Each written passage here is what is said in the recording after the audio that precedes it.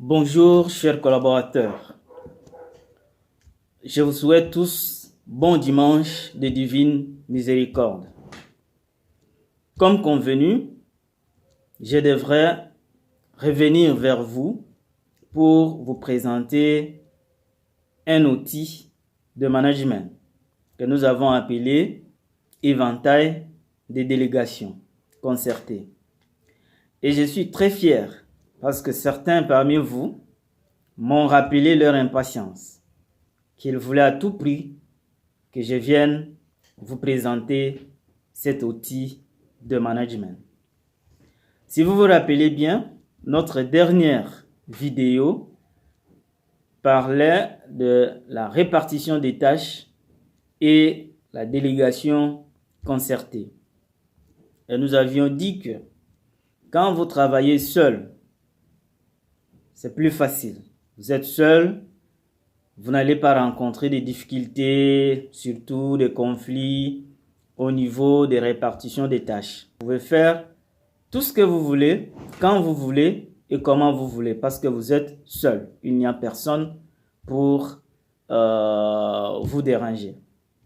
Mais dès que vous êtes deux, vous êtes obligé de vous organiser pour répartir les tâches, les responsabilités.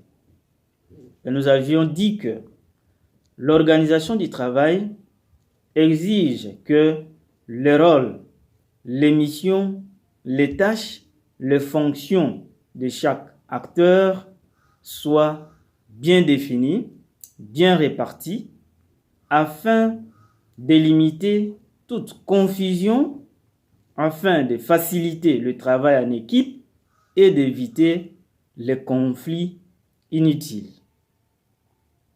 Voilà, c'est ce que nous avions dit la fois passée. Aussi, nous avions souligné que travailler en équipe, c'est développer la délégation concertée. Et c'est là que nous vous avions promis de revenir vers vous pour vous présenter cet outil, éventail de délégation concertée. Nous avions dit que cet outil a été mis en place par le professeur Henri Saval, notre professeur qui est français, et voilà, qui nous a enseigné à l'université de Lyon 3. Alors, là, je vais tout droit pour vous présenter comment se présente. Je sais que vous attendez impatiemment cet outil. Je vous présente comment l'outil se présente. Les voilà. C'est cet outil-là. Vous avez vu. En fait, j'espère que vous pouvez bien voir, malgré que c'est pas facile. Mais anyway, vous pouvez bien voir l'outil éventail des délégations concertées. Vous voyez, et le grand titre c'est travailler en équipe égale développer la délégation concertée. Et vous avez ici à ce niveau, vous avez la concertation et de l'autre côté, vous avez autonomie. Maintenant, quand vous venez ici, donc autonomie là, le premier triangle, vous avez sans information. Et dans le deuxième titre, vous avez avec information a posteriori. Dans le troisième triangle, vous avez avec consultation. Et dans le dernier triangle, vous avez décision prise par le supérieur hiérarchique après concertation. Voilà comment se présente l'éventail des délégations concertées. J'espère que vous pouvez bien voir. Voilà. Maintenant, comment faire pour y arriver? Cet outil se prépare. Donc, la première chose, ce que vous devez faire, vous êtes responsable d'une équipe, d'une entreprise ou d'un institut religieux ou d'une paroisse. Voilà. Le plus important, c'est que vous êtes responsable. Et vous avez des collaborateurs, comme je vous avais dit. En réalité, toutes les responsabilités, toutes les charges d'une équipe, d'une organisation reviennent à la tête, aux responsables. Mais comme les responsables ne peuvent pas tout faire seuls, donc il a des collaborateurs avec qui il peut partager les rôles, les responsabilités. Des gens avec qui il peut travailler. Donc, il va déléguer certaines de ses responsabilités à des collaborateurs qui vont coopérer, collaborer avec lui. Alors, vous avez un collaborateur. Vous voulez lui déléguer certaines de vos responsabilités. Comment procéder? D'abord, vous prenez le temps de vous préparer. Vous savez bien qu'est-ce que vous voulez confier à votre collaborateur, parce que si vous avez reçu un collaborateur avec qui vous allez travailler, c'est parce que vous avez besoin de quelqu'un, c'est qu'il y a des responsabilités que vous voulez lui confier pour que vous puissiez travailler ensemble. Donc, ce que vous devez faire pour préparer cet éventail de délégations, vous invitez votre collaborateur à qui vous voulez déléguer certaines responsabilités. Vous prenez un papier comme celui-là, un papier vierge, et vous tracez 4 colonnes. Vous avez 4 colonnes sur un papier, et à chaque colonne, vous attribuez un titre. Donc le titre va correspondre aux 4 triangles que je vous ai montrés dans l'outil lui-même. La première colonne, vous allez l'intituler « Faire sans informer ». La deuxième colonne peut faire avant d'informer. La troisième colonne doit informer avant de faire. Et la dernière colonne, réserver. Voilà les 4 colonnes. Maintenant, dans la première colonne, faire sans informer. Qu'est-ce que cela veut dire? Vous vous posez d'abord la question, qu'est-ce que mon collaborateur peut faire sans m'informer? Qu'est-ce que mon collaborateur peut faire sans obtenir ma permission? C'est-à-dire, qu'est-ce qu'il peut faire en toute autonomie et sans information? Donc, c'est cette question-là que vous devez vous poser pour trouver les tâches que vous voulez attribuer à votre collaborateur. Deuxième colonne, nous l'avons intitulée « Peut faire avant d'informer ».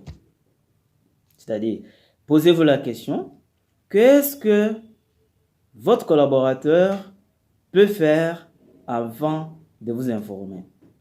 C'est-à-dire, qu'est-ce qu'il peut faire en toute autonomie, mais avec demande d'information a posteriori. Dans la troisième colonne, nous l'avons intitulée « Doit informer avant de faire ».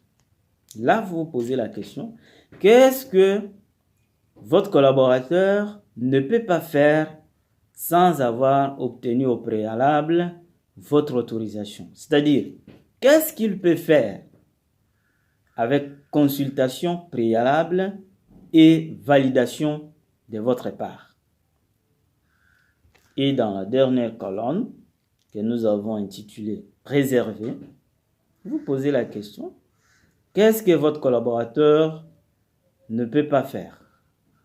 C'est-à-dire, ici, dans cette colonne, on a besoin de décisions prises par les supérieurs. C'est-à-dire, c'est les supérieurs, les responsables, qui doivent décider. Et cette décision-là doit être concertée. Donc, c'est par concertation. Donc, vous ne pouvez pas décider seul et imposer. Mais comme c'est réservé, normalement, vous devez vous voir avec votre collaborateur et décider. Et la dernière décision revient au responsable. Donc, vous voyez, les 4 colonnes sont là. Donc, dans chaque colonne, quand vous avez posé la question, vous énumérez les réponses. C'est-à-dire, qu'est-ce que votre collaborateur peut faire sans informer, sans obtenir votre autorisation? Vous énumérez tout ce qu'il peut faire sans avoir votre autorisation, ainsi de suite. Donc là, vous aurez rempli vos 4 colonnes, hein, comme je l'ai fait là. Vous les avez remplies comme je viens de vous indiquer à partir des questions que vous vous êtes posées. Après cela, vous prenez votre outil, hein, éventail de délégation, et vous essayez de remplir chaque triangle selon les réponses que vous avez données dans votre feuille de préparation. Donc, vous remplissez tous ces éléments-là tels que c'est indiqué. Voilà. Nous allons de manière plus rapide prendre un exemple. L'exemple que nous allons prendre concerne au moins une paroisse parce que c'est simple pour chacun de nous. Pour moi, j'espère, et pour vous aussi. Donc, je suis responsable d'une paroisse. Et vous savez bien que la paroisse appartient à l'évêque. Et comme l'évêque ne peut pas être partout, il va déléguer cette responsabilité au curé de paroisse. Mais comme le curé de paroisse ne peut pas travailler seul, il a besoin de collaborateurs, voilà, on va lui envoyer des vicaires ou bien un vicaire. Mais l'exemple que je vais prendre, le curé de paroisse a reçu un vicaire. Donc, ils sont 2, mais il doit déléguer certaines de ses responsabilités au vicaire. Comment faire? Voilà. Là, j'ai préparé une fiche de préparation. Je vais préparer l'éventail des délégations avec le vicaire qui est arrivé dans ma paroisse. Je suis le curé. Voilà, comment faire? Il est là, on est tous les 2.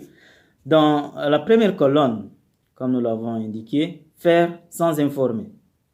Donc, j'ai dit, mais bon, est-ce qu'il y a des choses dans la paroisse que le vicaire peut faire sans informer les curés? En réalité, il n'y en a pas. Donc, tout ce que le vicaire doit faire, le curé doit être informé. Donc, dans cette première colonne, je ne mets rien. Donc, il n'y a rien que mon vicaire peut faire sans que je sois informé. Je passe à la deuxième colonne.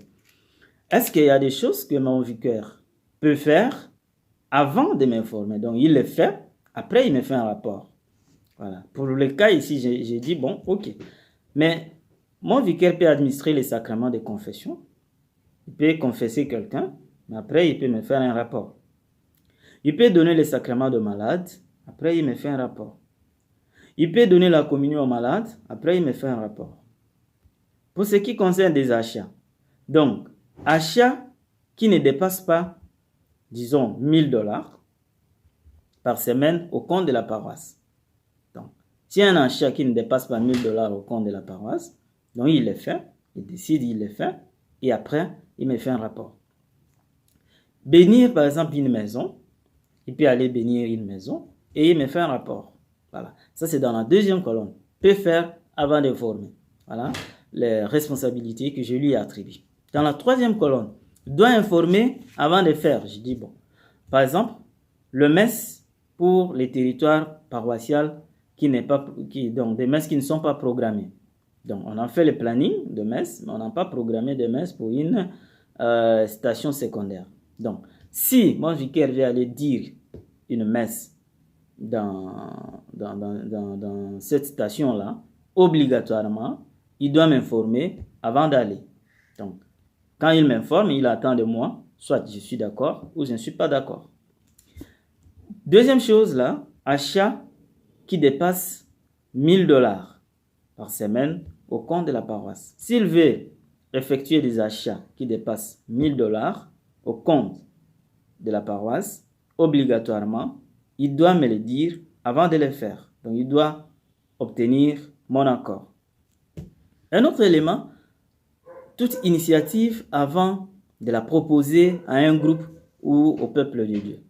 Parce que le curé est responsable de la paroisse. Donc, s'il veut proposer une initiative au peuple de Dieu, il doit d'abord m'en parler et je verrai si cela est bon ou pas. Autre chose, toute réception d'une personne ou d'un groupe dans la maison. Il veut recevoir quelqu'un dans la maison, mais avant, on doit en parler d'abord avant que la personne ne vienne. Donc, et un autre là, toute modification des pratiques actuelles touchant le groupe dont mon vicaire a la charge. Donc, s'il veut modifier quelque chose, obligatoirement, il doit d'abord m'en parler avant d'agir. Ça, c'est dans la colonne doit informer avant de faire. Dans la dernière colonne, réservé. Donc, par exemple, le programme de messe, on doit le faire ensemble. Donc, je fais le programme de messe, je lui propose, voilà, et par concertation, on décide si on est d'accord ou pas. Par exemple, le personnel de la maison, le curé est responsable du personnel de la maison. Alors, mais le curé ne peut pas décider seul sur un personnel de la maison. Il doit toujours concerter. Il doit concerter son vicaire pour prendre la décision. Il y a par exemple charité au compte de la paroisse.